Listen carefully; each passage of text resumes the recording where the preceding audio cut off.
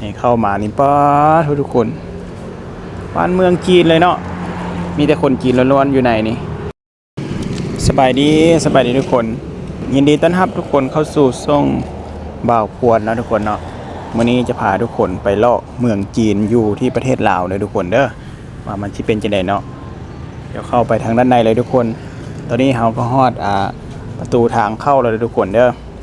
นี่เข้ามานี่ป้าทุกคนบ้านเมืองจีนเลยเนาะมีแต่คนจีนล้วนๆอยู่ในนี่อีกอย่างนึงก็ถือว่าเป็นป้ายต่างๆเพราะว่าจะเป็นป้ายห้างค้าหรือว่าป้ายอย่างจะเป็นป้ายภาษาจีนหมดเลยทุกคนนี่อันนี้ถือว่าเป็นทางเข้าเลยทุกคนเด้อนี่เข้าไปทางด้านในเลยทุกคนเชื่อว่าหลายๆคนก็คงจะเคยได้มาแล้วเนาะจุดนี้เนาะนี่เข้าไปทางด้านในพุ่นนะป้าโธ่ป้ายห้างค้านี่เป็นภาษาจีนหมดเลยเนาะนี่บ่ต่างอย่างกับเมืองจีนเลยทุกคนว่าน่ะคนจีนก็เต็มเนาะอยู่ไหนนี่เดี๋ยวขวาเข้าไปเบิ่งว่าน่ะทุกคนป้า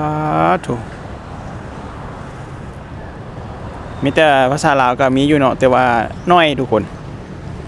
ส่วนใหญ่จะเป็นภาษาจีนเบิดเลยว่าน่ะ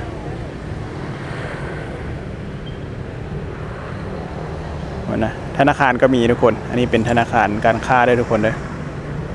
ทางในนี้ซ้ำกับเป็นเมืองนึงเนาะเป็นเมืองนึงของจีนเลยคนนะพาทุกเข้ามาในนี้ความกว้างทุกคน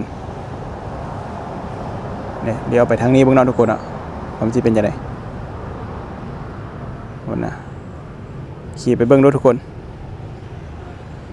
โอ้ยทางตันทุกคนไปบ่ได้เนาะมีทางอยู่กลับคนนะป้าทุกนี่ก็ถอยออกมาตันแล้วเนาะเบื้องหน้าเบื้องหลังไปขี่ไปเบื้องเลยทุกคน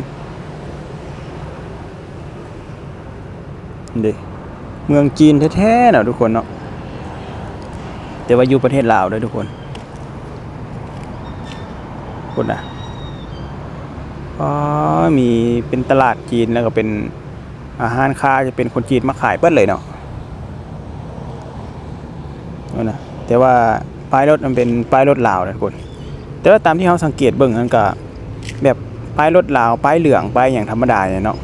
คือคนลาวเขาใช้ปกตินะแต่ว่าเห็นคนจีนคนต่างประเทศขับบ้าหลาย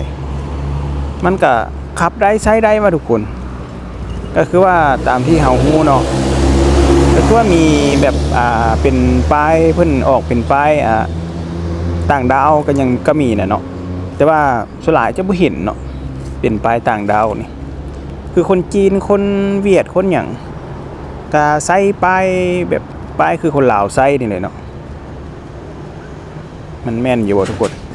อยู่ประเทศอื่นก็เป็นจังซี่ว่ะคือยกตัวอย่างเขาไปอยู่ต่างประเทศสินะหรือว่าเขาใช้รถใช้รางหรือว่าซื้อรถซื้อรางก็ใช้ได้ปกติคือกับคนบ้านเขาเจ้าเลยว่ะบ่ได้ฮู้คอมเมนต์มาบอกเลยทุกคนเด้อ